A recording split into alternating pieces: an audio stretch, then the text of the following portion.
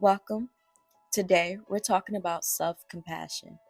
And I know that might sound soft or indulgent to some of you. I used to think the same thing. I thought self compassion was just an excuse for not pushing yourself hard enough. I was wrong. Let me tell you about the day I learned what self compassion actually means. I've been working on a huge personal project for months. I'm talking about late nights, weekends, everything I have going on into this one presentation. It was my chance to prove myself, to show that I deserve a promotion, to finally be recognized as someone competent and valuable. The day of the presentation, I was prepared, or so I thought. I rehearsed dozens of times. I knew my material inside and out. But when I got up in front of the senior leadership team club members, something happened. I froze.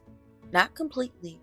I got through it, but I stumbled over my words, lost my place in my notes, forgot key points. It was far from my best work. Afterwards, my boss said, "That was fine. Not what I expected from you, but fine." Fine?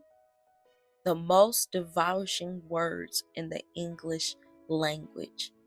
I went back to my desk, closed my laptop, went home early, and then I absolutely eviscerated myself. "You're such an idiot. You have no chance. You blew it.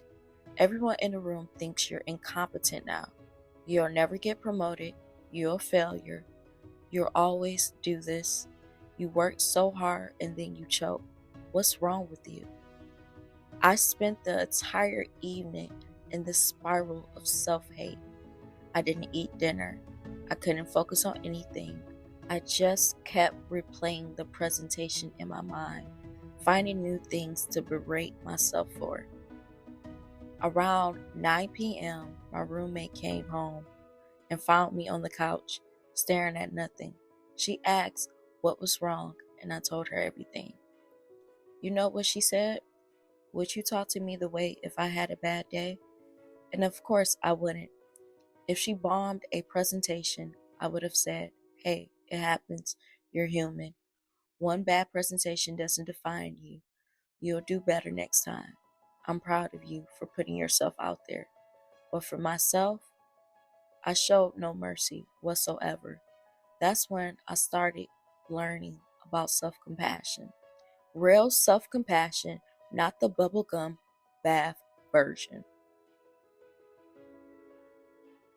What self compassion actually is, you might ask. By Dr. Christian Neff, who's done a lot of research on this, breaks down self compassion in three components. 1. Kindness versus self judgment. 2. Common humanity versus isolation. 3. Mindfulness versus over identification. Let me break these down with real examples from my own life. Self kindness versus self judgment. This is treating yourself with the same kindness and understanding you've offered a good friend. For me, this has been the hardest one. I was raised to believe that being hard to yourself is how you improve. That if you're too nice to yourself, you'll get lazy and complace. But research shows the opposite is actually true. When you treat yourself with harsh judgment, you trigger your threat response. Your brain go into fight or flight mode. And when you're in that state, you can't learn, you can't grow, you can't problem solve effectively. When you treat yourself with kindness, you feel safe. And when you feel safe, you can actually look at your mistakes honestly, learn from them, and do better next time. After that disastrous presentation, I had to consciously practice self kindness. Instead of calling myself an idiot, I said, "You worked really hard on that. You were nervous and it didn't go as planned. That's disappointing, and that's okay to feel disappointed. What can you learn from this next time?" It felt fake at first. like I was letting myself off the hook, but I stuck with it. 2. Common humanity versus isolation. This is recognizing that suffering and failure are part of the human experience. You're not alone in struggling. When things go wrong, our instincts is to often think, this only happens to me. Everyone else has it together. I'm the only one who messes up like this. But that's not true. Everyone struggles. Everyone fails. Everyone has moments where they don't show up as their best self. After my presentation disaster, I talked to a few colleagues I trusted, and you know what? Almost all of them has similar stories. One woman told me she'll literally blank during a presentation and had to sit down. Another guy said he once given a presentation to the wrong group of people because he got the meeting rooms confused. Knowing I wasn't the only one who ever struggled made such a difference. It took me out of the isolation and reminded me that this is what being human actually looks like. 3. Mindfulness versus over-identification. This is being aware of your painful emotions without getting completely consumed by them. Over-identification is when you become your emotions. I fail because I am a failure. I feel sad becomes I am broken. Mindfulness is creating a little space between you and your emotion, observing them without judgment. I'm having the thought that I'm a failure. I'm noticing feelings of disappointment and shame. It sounds like a small distinction, but it's huge. When you over-identify with your emotions, you can't see past them. When you're mindful, you can acknowledge them while still remembering that they're temporary and they don't define you. The practice. So how do you actually practice self-compassion, you might ask, especially when you're in the middle of beating yourself up? Here's what works for me. The self-compassion break. When I notice I'm really being harsh with myself, I stop and do the 3-step process. Number 1, this is a moment of suffering. Acknowledge what's happening. 2, suffering is a part of life. Common humanity. 3, may I be kind to myself in this moment. Self-kindness. Sometimes I'll even add, may I give myself the compassion I need. It takes like 30 seconds, but it interrupts the spiral of self-judgment and bring me back to kindness. The friend test.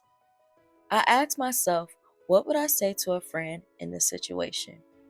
Then I say that to myself, out loud if I'm alone or silently if I'm in public. It feels ridiculous at first, but it works.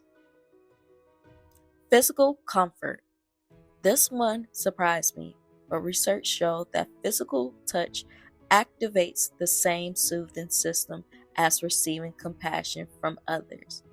So sometimes when I'm really struggling, I'll put my hand on my heart, or I'll give myself a hug, or I'll place my hand on my cheek gently. And I say something kind to myself. I'm here. I've got you. You're okay. Again, feels weird, but our body's response to it. Writing compassionate letters. When I'm really stuck in self-judgment, I'll write myself a letter from this perspective of a compassionate friend. I'll acknowledge what happened, I'll validate why it's hard, and I'll offer perspective and kindness. Reading it back to myself shifts something. It helps me see myself the way someone who loves me will see me. What self-compassion isn't? Let me be really clear about the misconception. Self-compassion is not self-pity. Self-pity is, why does this always happen to me? Poor me. Self-compassion is, this is hard. I'm struggling. How can I support myself through this? Self-compassion is not self-indulgence. It's not giving yourself permission to do whatever you want without consequences. It's treating yourself with kindness while still maintaining boundaries and standards. Self-compassion is not weakness. It actually takes more courage to be kind to yourself than to be harsh. Our culture has taught us that self-criticism is strength, but that's backwards. The results. Here's what changed for me when I start practicing real self-compassion. I take more risks because I'm not terrified of failure anymore. I know that if something doesn't work out, I won't destroy myself over it. I'm more reliant and resistant.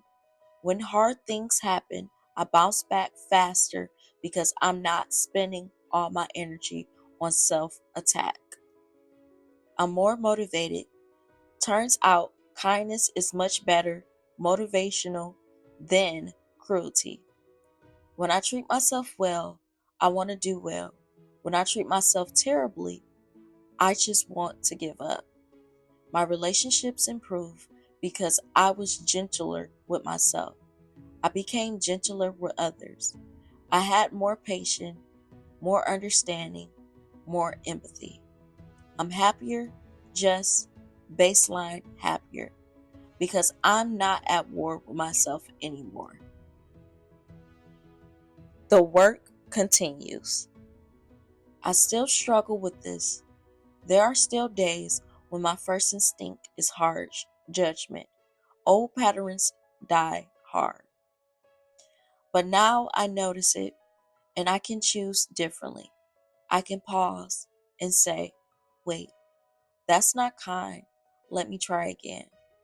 Self-compassion is a practice, not a destination. It's something you come back to over and over again. Now is your turn.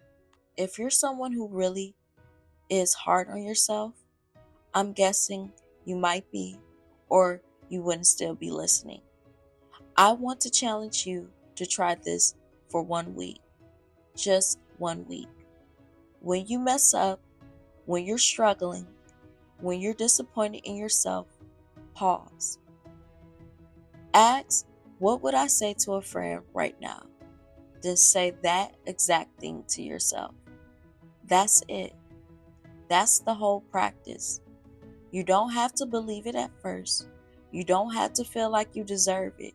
Just say it anyway. Because here's the truth.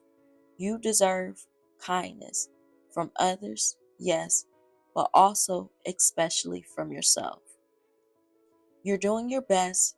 You're navigating this complicated, difficult, but yet beautiful life with limited information and a lot of wounds and so much pressure.